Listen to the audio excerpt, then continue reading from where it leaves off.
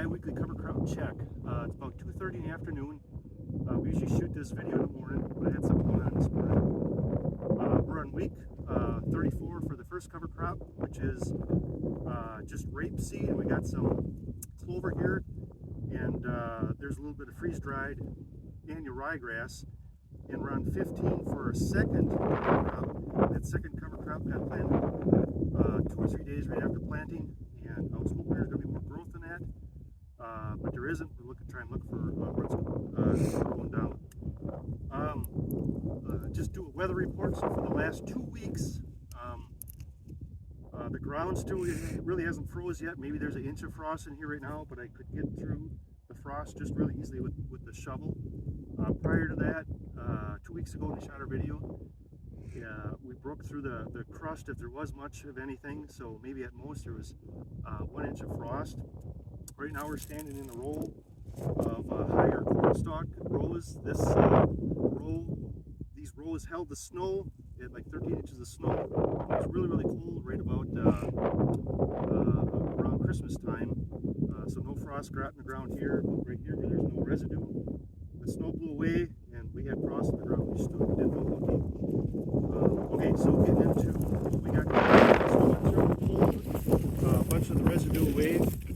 So our week, that's 34 weeks old. Here's a clover plant, and there's nodulations in there, and it's freeze-dried. It's February 20th again, so for the past 3 years since we've been shooting videos, it's like it's got this green color. It never really truly goes dormant. This is an annual ryegrass plant, still kind of green yet.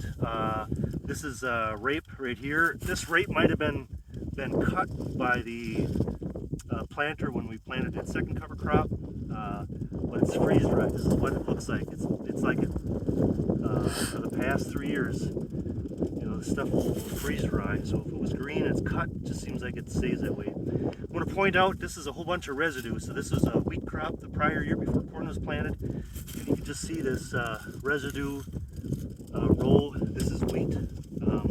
This was no-tilled. Our 15-week-old crop is rye. Got a rye plant there, and a rye plant there, and a rye plant there. We just didn't get much rye growth. But after the first of the year, when things started warming up a little bit more, that's when the rye actually started growing. Look at the frost line. So I pulled a chunk of soil up, and I'm not sure how well it's showing up in the video, but there's, you know, air and water or whatever. There's frost right there. So just this little bit of frost going down, maybe an inch.